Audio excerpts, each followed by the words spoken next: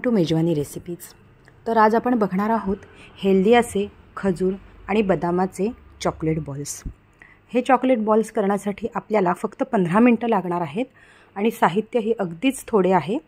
फक्त 3 साहित्यांमध्ये हे chocolate balls तयार होणार आहेत आणि साहित्यही अगदी घरच्या घरी उपलब्ध असणारे आहे। तर आपण बघूया हेल्दी असे बदाम आणि खजुराचे चॉकलेट बॉल्स कसे करायचे। त्यासाठी मी रोस्टेड आल्मंड्स घेतलेले आहेत 3/4 कप। कोणतंही तेल तूप न वापरता हे बदाम ड्राय रोस्ट करून घ्यायचे आहेत। बदाम पूर्णपणे थंड होऊ देत तोपर्यंत आपण 7 ते 8 खजुरांच्या बिया काढून घेऊयात। सीडलेस खजूर आपल्याला या ठिकाणी लागणार आहेत। सो 7 ते 8 खजुरांच्या बिया मी काढून घेतलेल्या आहेत।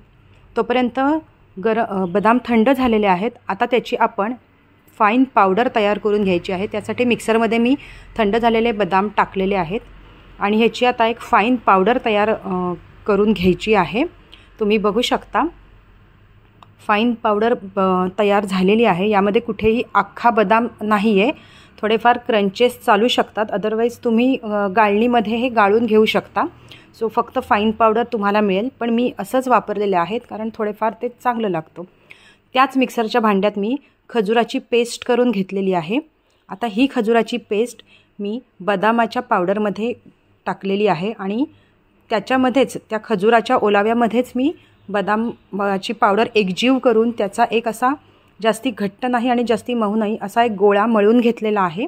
साधारण मला त्याच्यासाठी एक 6 ते 7 मिनिटं लागलेली आहेत हा गोळा मळून घ्यायला।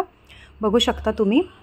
आता हा गोळा एक मी 2 मिनिटं झाकून ठेवलेला आहे आणि त्याच्यानंतर परत एकदा मळून त्याच्यामध्ये लिंबाचा आकार छोटा किंवा मग तुम्ही त्याच्याहूनही छोटे गोळे बनवू शकता लाडवासारखे, किंवा मग असे लांब आकार देऊ शकता त्याला तुम्ही।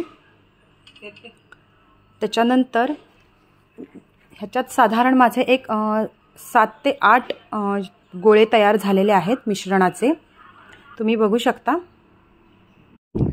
दुसरीकडे मी डार्क चॉकलेट मेल्ट करून घेतलेलं आहे। डबल बॉयलर किंवा तुम्ही मायक्रोवेव्हमध्ये हे चॉकलेट मेल्ट करून घेऊ शकता।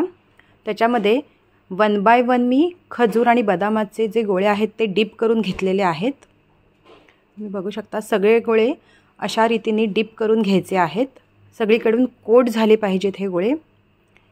व्यवस्थित असे डीप करून एखाद्या चाळणीवरती आपण काढू शकतो, जेणेकरून जे एक्स्ट्राचं जे चॉकलेट असेल ते कुठल्या तरी भांड्यामध्ये वगैरे जमा होईल खालती, म्हणून मी अशा चाळणीवरती हे गोळे डीप केलेले गोळे ठेवलेले आहेत।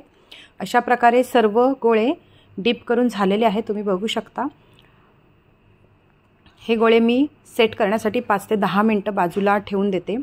मीनवाईल माझ्याकडे थोडीशी बदामाची पावडर उरलेली होती आणि थोडं चॉकलेटही उरलेलं होतं, मग मी त्याच्यामध्ये थोडी अक्रोडची पेस्ट घातली आणि अशा प्रकारे ते उरलेल्या मेल्टेड चॉकलेटमध्ये मी ती पेस्ट पावडर आहे ती टाकलेली आहे आणि अशा प्रकारे एका ताटलीला ग्रीसिंग करून त्याच्यामध्ये बदाम आणि अक्रोडची पेस्ट जी मी डार्क चॉकलेटमध्ये हे केलेली होती, घोळवलेली होती, ती मी अशा प्रकारे तिला शेप दिला आहे। तीही मी थोड्या वेळासाठी बाजूला ठेवते सेट व्हायला। आपले चॉकलेट बॉल्स सेट झालेले आहेत, तुम्ही बघू शकता। अतिशय सुंदर असा कलर आलेला आहे, टेक्स्चरही खूप छान आहे आणि आय एम शुअर हे खायलाही खूप छान लागणार आहेत। तर ही होती माझी left over recipe. Chocolate cake म्हणू शकता, चॉकलेट बर्फी म्हणू शकता आणि हेल्दीही, कारण त्याच्यामध्ये बदाम आहे, अक्रोड आहे। तुम्ही अजून दुसरे कुठले ड्रायफ्रूट्स पाहिजे असतील तर तेही घालू शकता। अशा रीतीने मी त्याचे आता काप करून घेतलेले आहेत चौकोनी चौकोनी। तुम्ही दुसरा कुठला आकार द्यायचा असेल तर तोही देऊ शकता आणि बघू शकता किती छान अशा वड्या पडलेल्या आहेत। क्रंचीनेस एक आलेला आहे त्याला अक्रोड आणि बदामामुळे। सो जर तुम्हाला ही रेसिपी आवडली असेल तर नक्की लाईक, शेअर आणि सबस्क्राईब करा आणि हो, मुलांना हे करून द्यायला विसरू नका। थँक्यू।